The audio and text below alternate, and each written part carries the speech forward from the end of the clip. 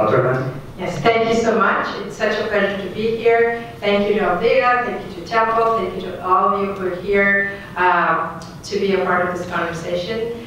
I served as Deputy Mayor for Public Engagement for the City of Philadelphia for the Jim Kenney administration. I was very privileged to be a part of the cabinet, intersected with all the departments, looked at how the largest city in Pennsylvania functioned, and acquired skills which I brought to the table from other experiences, but most importantly about how to listen to our constituents, to how to listen to people whom we are serving. And very importantly, to underscore that we are public servants first.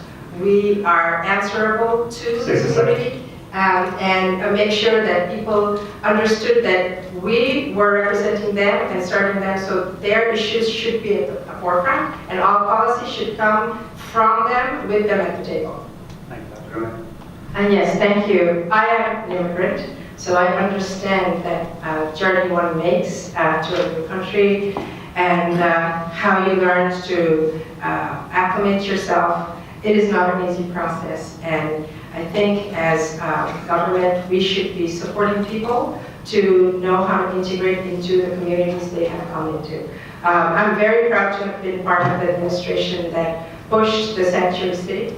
We worked very hard across the board talking to communities about what exactly that meant and how do we roll that out so all people feel warm and feel welcome and safe in Philadelphia. I want to take that same effort across Pennsylvania using the platform of the Lieutenant Governor's office to do so, to really unpack what does it mean so there's not a lot of fear and but bigotry around this issue. We need someone who can speak authentically to that, and I can because I am one, and I know how I've benefited from being an immigrant in this country and all the benefits that I too bring to the country. So I think if we can have a dialogue around that, and I can really facilitate that dialogue. Dr. Ahmad? Yes, integrity is really important, accountability, integrity.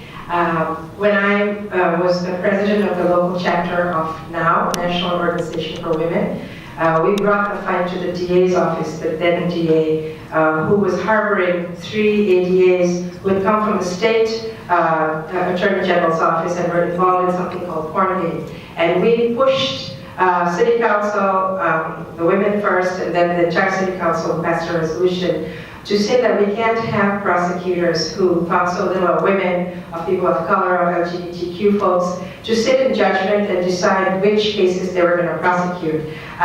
We really put a lot of sunshine into this issue, brought it to the attention of the state legislature, and then now we have the whole Me Too movement.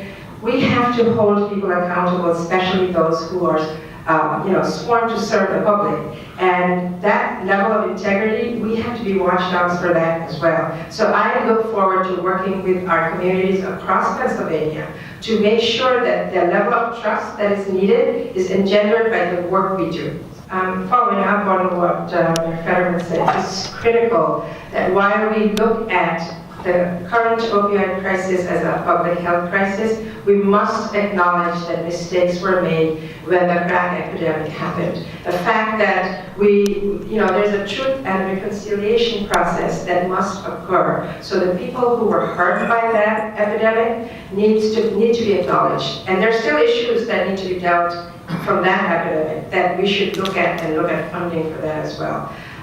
For the opioid crisis itself, I think it's critical to also look at the communities that have suffered, like Kensington. Why aren't open drug markets in that neighborhood and not in Chestnut Hill?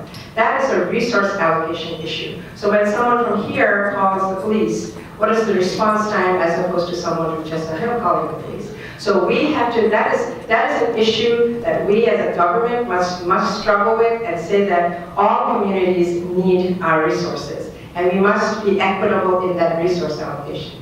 Thank you. Education is a great equalizer. And we should make sure that the zip code of a child does not determine the quality of their education. We must have equity there. Talking about the soda tax, I was very proud to be part of the team that ran that campaign to really make sure people understood what that was going to do and what preschool meant for early education and childhood development, but it also was an economic driver as well. So when we look at education, and as I say, it's an equalizer, we must look at how it's delivered, how the dollars come in. I want community at the table to understand what a formula fund is, what are the factors that go into it, so they understand when the budget is put together, how are they getting their dollars in their community. So my role is going to be the advocate to explain and get them to the table so they can then advocate for more dollars for their communities, for their school districts. Thank you. Thank you, Dr. Commissioner. Very, very critical issue, particularly right here in Philadelphia. We are incarcerating people at such a high rate. It's just a waste of human potential. Of course, people have to pay their dues if they make a mistake, but we can't throw away lives, which is what is happening. So the pardon system is the only way that lifers have a way out to get clemency on that issue.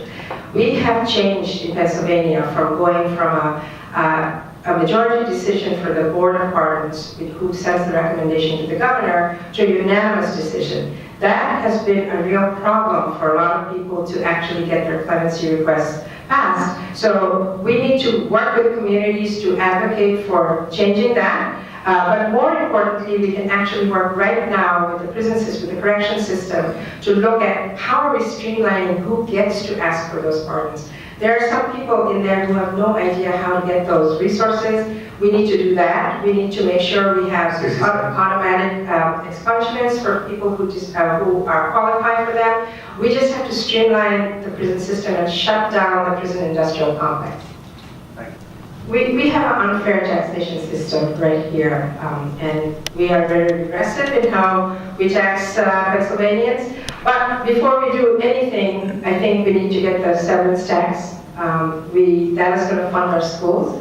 We need to close the loophole, the Delaware loophole, that is allowing big corporations to not pay their fair share. And guess who it falls on? The shrinking middle class of Pennsylvania.